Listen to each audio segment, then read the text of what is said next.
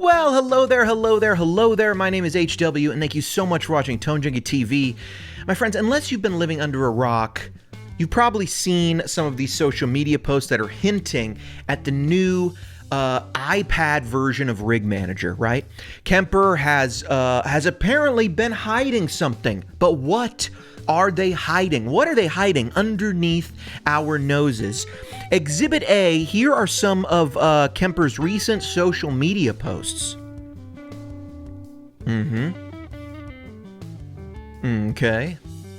You can see here that we have very clearly an iPad, and we have an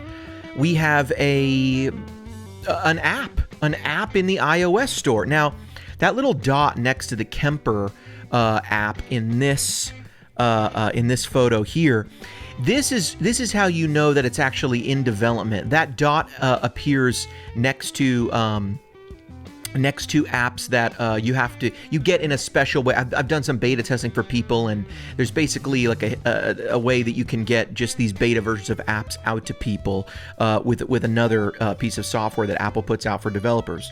So what we're looking at here is a development version of this Rig Manager for iOS type device here. Now, here's what I'm interested in. Is it going to work on all iPads? Is the architecture of the iPad gonna come into play here of compatibility and things like that? I don't know. The photos here, it appears to me to be a rather large iPad. Is that an iPad Pro with the M1 chip? Will that work? I don't know. I have no idea. What we do see is that there's a Rig Manager and it's running. I also would like to point out a couple things here. In the photo here, it doesn't look like, in the video and the photo that I showed, it doesn't appear that the iPad is plugged in. And so, Exhibit B, we see this photo here, scanning for devices. This immediately tells us one thing, and that's wireless connectivity. Wireless connectivity is coming to the Kemper via the iPad, via this iOS and assumably Android. Now, wait a minute. How come no one's been talking about the Kemper having a Wi-Fi chip or having a Bluetooth chip? Aha! Exhibit C, my friends. You see, a long time ago, well, not so long ago, some people started opening up Kemper stages and noticed something inside. There is a Wi-Fi chip in the Kemper stage, which is quite interesting. You know, when the Kemper stage came out, myself and some other people, we were a little bit curious as to why some of the design elements were done the way they were done. Most obvious to me was the lack of a stack and, the lack of the sort of stack effects and stomps kind of overall sections. You know, the profile is comprised of these, or the rig is comprised of these three sections: the stomps into the stack, and then to the effects. On all Kemper units, you can turn these on and off as groups. However, you cannot do that on the Kemper stage.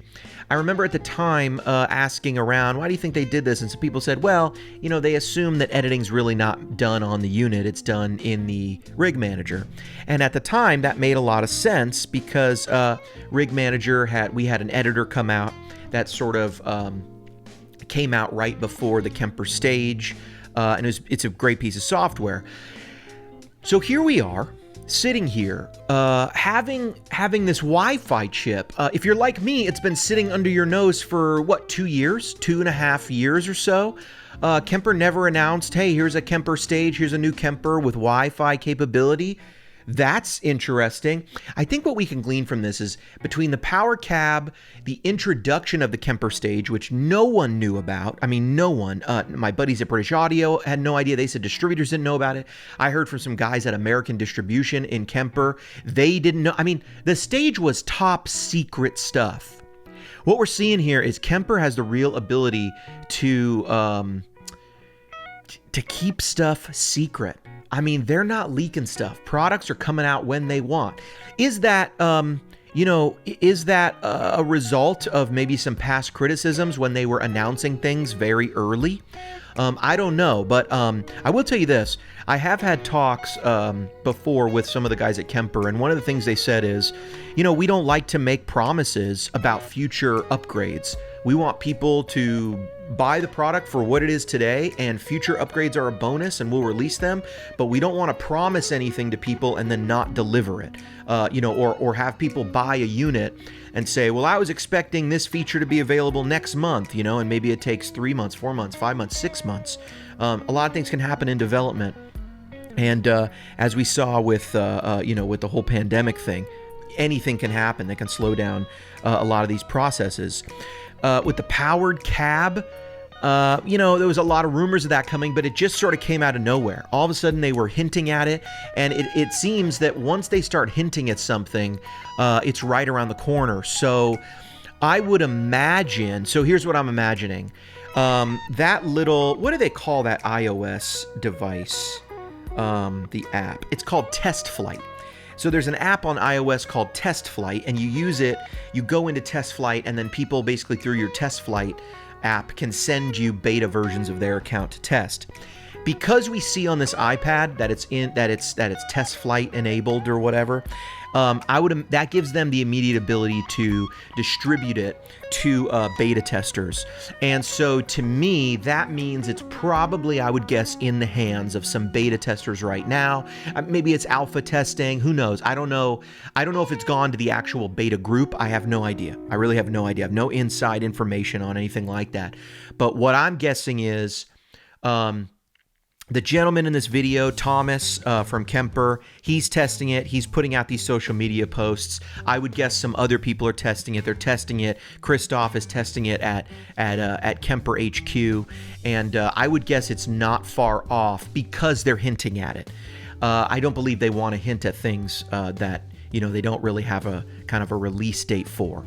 The Kemper Fuzz, now this, the Power Cab. It really, to me, it sort of tells me, their commitment to the product right now and their commitment to making the Kemper product even better. Now, what I really love is the fact that 2 years ago, or even more than 2 years ago, they were putting a Wi-Fi capability in one of the units. That tells me this is a master plan from a long time ago. They're not responding to, whatever maybe new kid on the block shows up. They're not responding to this and that. They have a plan for the product suite. And I think that's really cool. I think one thing that I'm most impressed at is how incredibly modular and perfect, in my eyes, the Kemper lineup of product has become. Not in terms of each product is perfect, every product can always be better, but in terms of how the products are complementing each other. I mean, if you think about it right now, the addition of the powered cabs with the Kemper stage and now this iOS, wireless deal, this really allows you, I think really for the first time, now it's hard to make the argument that you cannot use the Kemper everywhere and anywhere you go, and it's not the flat out easiest product to use anywhere you go. Let me explain what I mean by that.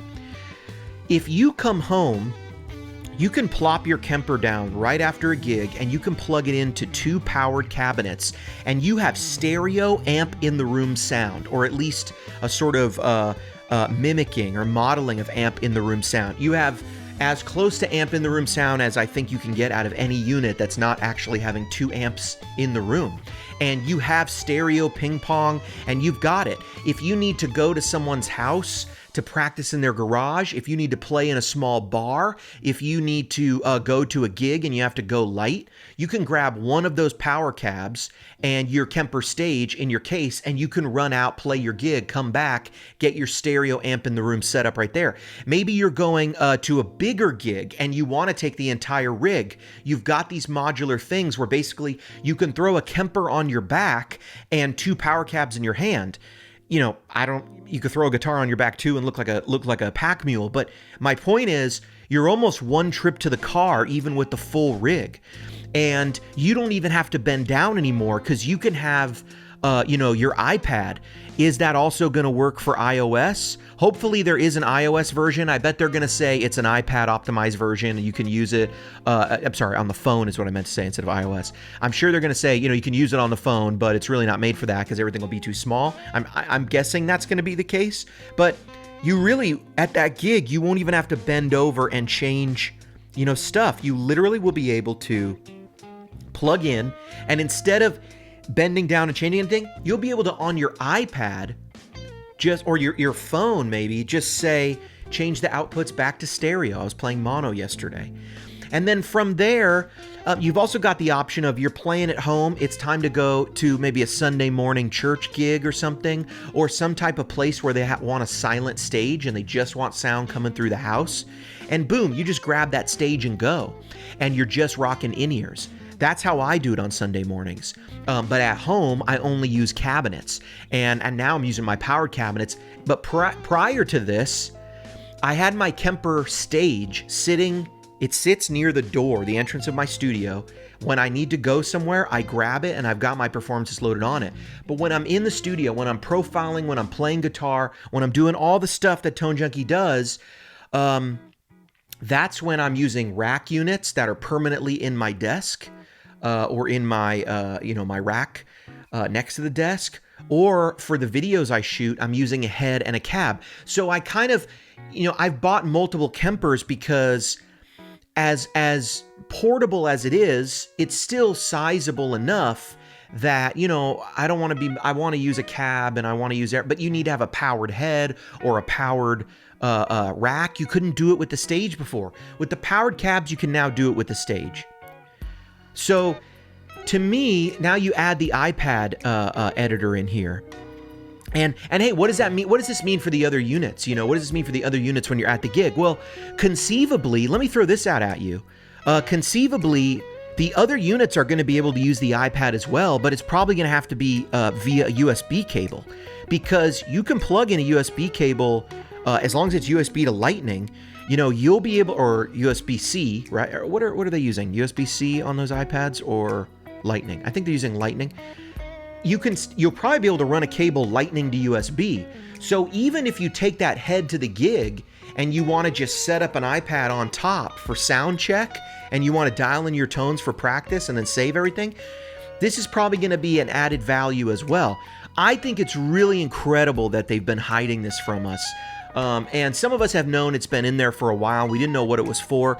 There was even a theory that the Wi-Fi chip was actually just an assembly of, maybe a Wi-Fi thing and a Bluetooth and some sort of other thing that was being used in the Kemper, and the Wi-Fi capability was never going to be turned on. It was actually just an OEM part that had multiple capability on a chip, and maybe it was the cheapest thing they could get, or maybe the spec matched what they needed. But clearly here we're seeing that, boom, there it is. They've been hiding this from us. What have they been hiding? They've been hiding Wi-Fi connectivity that appears to be the plan all along. That makes me really excited for the future, because it makes me wonder what other capability is actually under our nose. What capability lies inside the Kemper?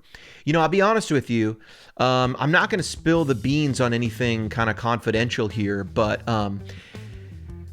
there's a lot of sort of consensus opinion around the boards and stuff that the Kemper can't do certain things. And what I mean by that is, it's not capable of this, or it's not capable of that, or because it's old, they're running, they're running out of things. They can't.